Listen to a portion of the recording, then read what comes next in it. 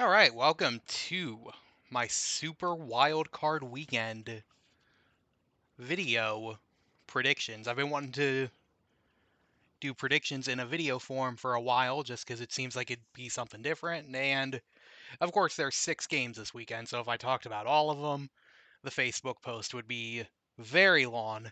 No one would read it to the end, including myself. And so if there were mistakes at the end, nobody would even know. And so we're going to try a video review for these playoff predictions, and I hope it's something you enjoy if you usually enjoy my sports insight. Quick note about the videography, if that's even the word. I am a total amateur at this. I'm using my work's laptop. This is being done with no edits. I just happen to get a little bit of time where I'm home alone. If my pets make noise in the background, well, they're just part of the video. All right, so let's start with tough game. I'll be talking about these playoff games in the order they are happening. A little behind the scenes, if you see me doing this, I'm scrolling up on my phone because that's where my predictions are written out, and I wanted to make sure I got all the jokes in here because it's still my type of video where we are going to be giving the best sports insight I can come up with, but we're hopefully going to be laughing a little bit too. So let's just start with the first game on Saturday. The Raiders and the Bengals. This game is in Cincinnati, and it should be a good game. Honestly, I'm a little confused on how the Raiders even got here. They never really looked like the second best team in the AFC West. They lost a lot of players due to injury, illness, stupidity. And honestly, I think it's an amazing job by their interim head coach to even get them here. They looked like they were in control the whole time against the Chargers, and just to make the game better, I guess they waited until the final seconds to kick the game-winning field goal. Um, but despite the Raiders' problems this season and all the players that they lost, they have a really quick strike offense, and they're going into a game against Cincinnati. Cincinnati's defense struggles quite the bit, especially against good teams. And I mean, the Bengals have a quick strike offense themselves. Burrow to Chase is pretty much the best quarterback wide receiver combo in the NFL right now. Maybe just second to Aaron Rodgers and Devontae Adams. And so we'll see how this game goes. It's going to be a good one. I am picking the Raiders, which I'm told people think is an upset pick. And I don't really see that. Cincinnati's offensive line is not very good. There was a lot of confusion when they drafted Jamar Chase instead of an offensive lineman last year, and of course Chase has proven those people wrong and has made his first season in the NFL spectacular. Definitely the rookie of the year to anyone who's paying attention. But a good wide receiver and a good quarterback isn't enough to win in the playoffs. You need a consistent running game, and Joe Mixon doesn't bring that to the table. He's more of a receiving threat. You need a good offensive line and you need a good defense, and the Bengals do not have any of that.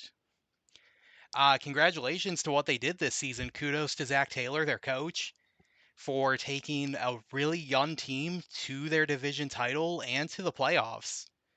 And I know it's being considered an upset by some, but I don't think they're going to beat the Raiders. And honestly, to me, this was an easy pick. Not to take anything away from the Bengals, they're just not good enough to win in the playoffs at positions where it counts the most. And so I know a lot of Bengals fans that I'm going to make mad with that pick, and that's fine because I might be wrong. You know, you never know. It's not likely. It's not likely, but I could be wrong. One of the main reasons I decided to do a video prediction for this, by the way, is I didn't want to learn how to spell Cincinnati. So but I've got the Raiders beating the Bengals, and I don't think it's going to be that close of a game, honestly. We've got the Saturday night game. We are going to Buffalo for the Patriots and the Bills. It is going to be cold, but it's not going to be extremely windy. and that's important for how these two teams play. Bill Belichick is more than willing to run the ball the entire game if we're not in good quarterback throwing situations. But despite it being cold, it's not going to be windy, and I think Josh Allen is going to be able to throw the ball basically at will.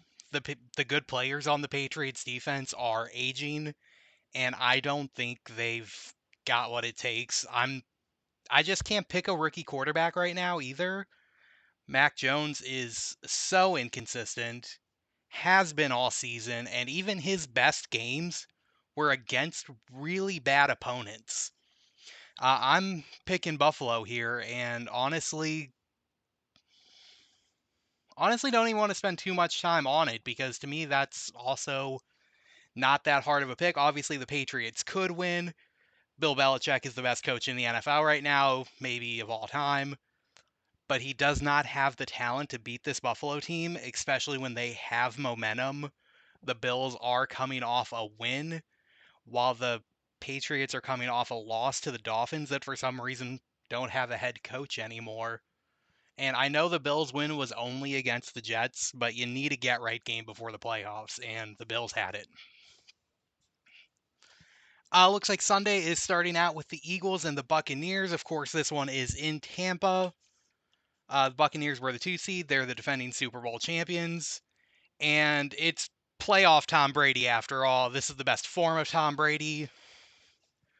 It seems like Mike Evans could be back for this game. Uh, Tom Brady has his connection with Gronk, the tight end. I can't name any players on the Eagles defense besides the defensive tackle, Fletcher Cox, and so I don't think Brady's going to have any struggle to go out and get the win.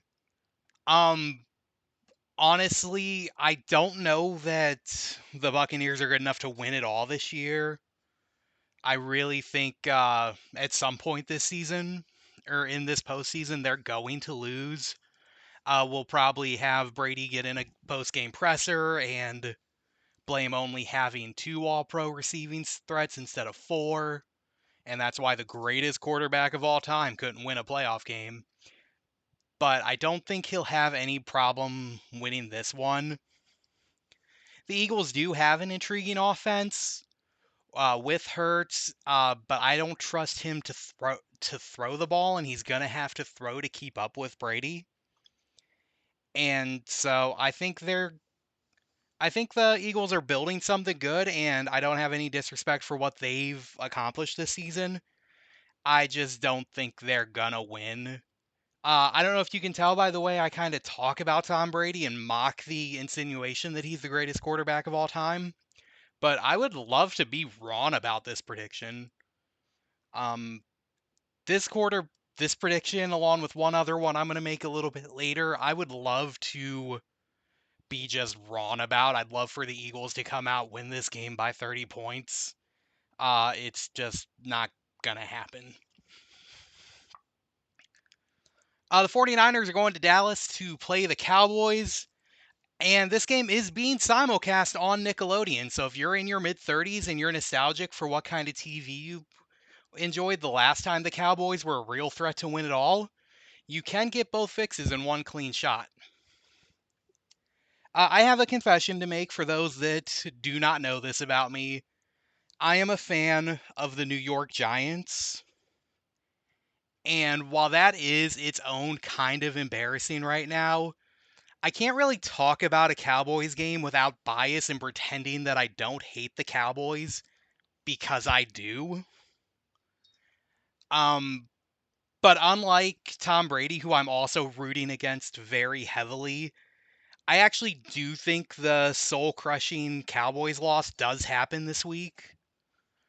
San Francisco's offense is weird, mostly because they traded up to draft Trey Lance to replace Jimmy Garoppolo, and Garoppolo's played basically as good of quarterback as you can play right now.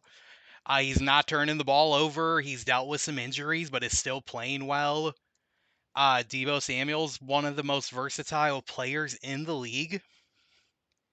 And the Cowboys are good, but they're coming off some injuries, and nothing they did against the Eagles practice squad impressed me. Frankly, I've watched a lot of Cowboys games, and all the players I've been really impressed with will be playing this game injured, if they're playing at all. Michael Gallup and Micah Parsons both come to mind. Gallup tore his ACL when they played the Cardinals. He will not be available for this game or any games the rest of the way out. Micah Parsons is going to play, but he's coming off an injury, and that's the same with Diggs. The Cowboys have key pieces, but I don't like them. I'm not willing to predict them to win, especially since nothing I've seen from them has been very impressive.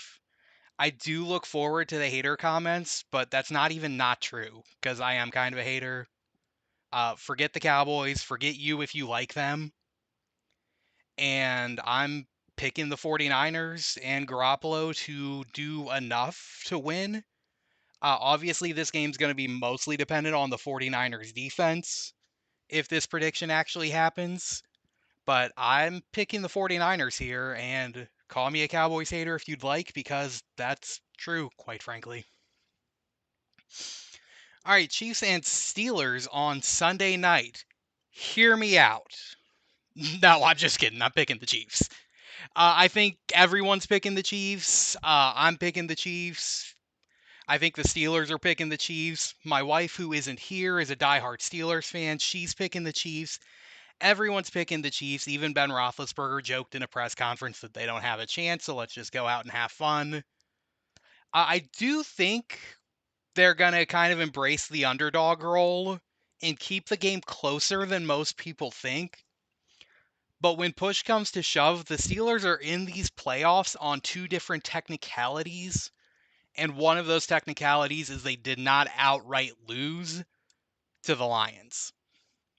I'm not a Steelers fan, but I have plenty of close friends and family that are. And I will be rooting to be wrong about this one, like a couple predictions I made earlier. I hope I'm wrong about this. I really do hope the Steelers go out and win, but they won't. I do think this game's going to be closer than most people are giving it credit for. Like I said, I do think Mike Tomlin is really going to embrace the underdog role, the nobody thinks we can win persona. I think he's going to run with that and make this a game. A lot of Steelers were injured the last time they played Kansas City. That game, like this one, was in Kansas City. I believe it was week 15, or it might have been 16. Who knows? 18 weeks in the regular season now. The Steelers played the Chiefs not that long ago, and it was not a very competitive game. The Steelers are healthier now than they were then, but that game was never close, and I don't think this. I think this game will be closer, but the Steelers are not going to win. The Steelers do have good pieces on defense. Look for TJ Watt to disrupt the pass game, make Patrick Mahomes' life a lot harder.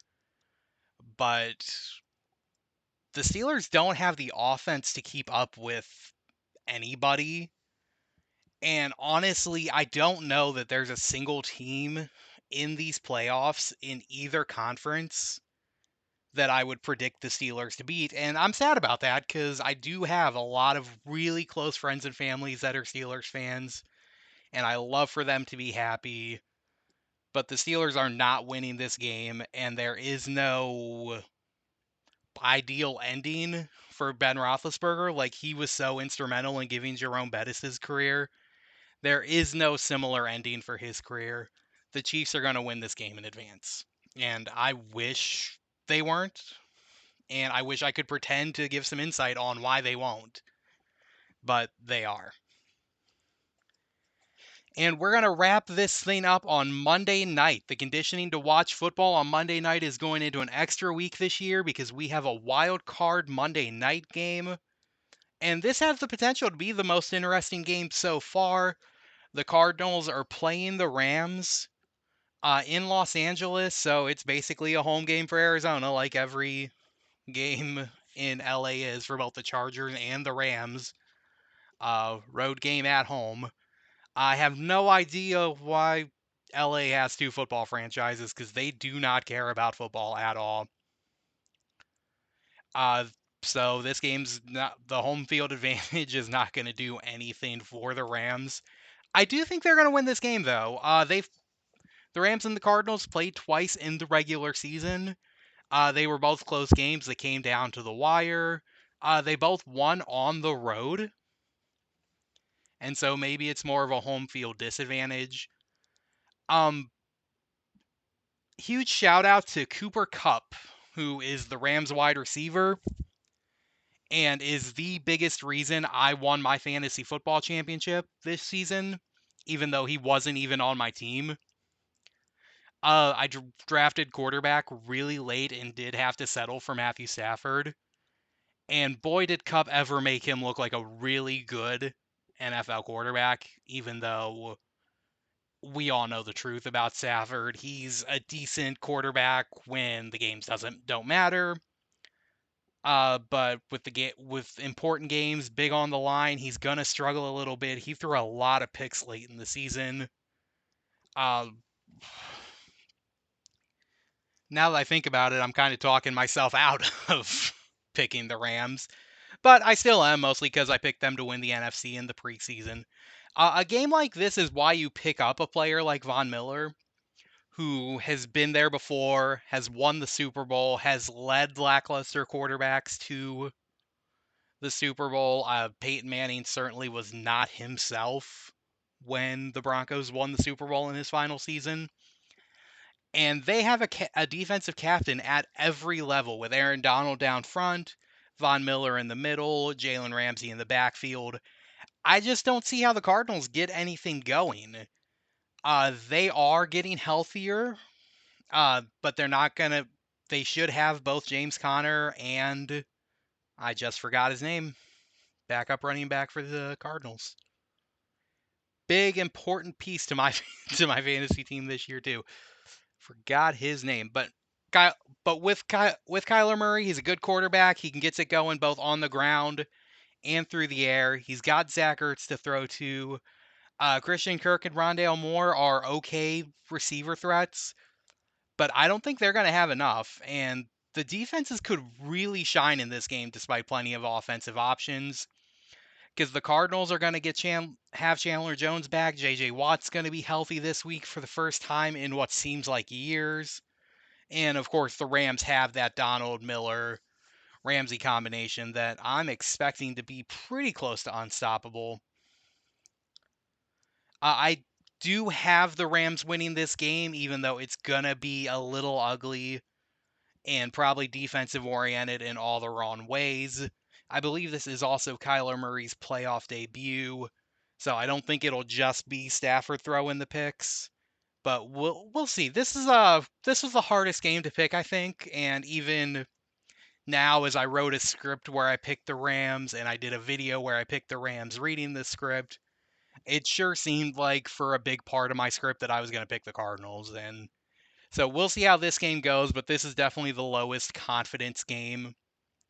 Hope you enjoyed this video. I'll have a summary of my picks below the video in case you didn't want to watch the whole video. And if you liked my sports opinions in video form, let me know, and we'll do it again for the rest of the playoffs moving forward. Thank you guys. Have a good one.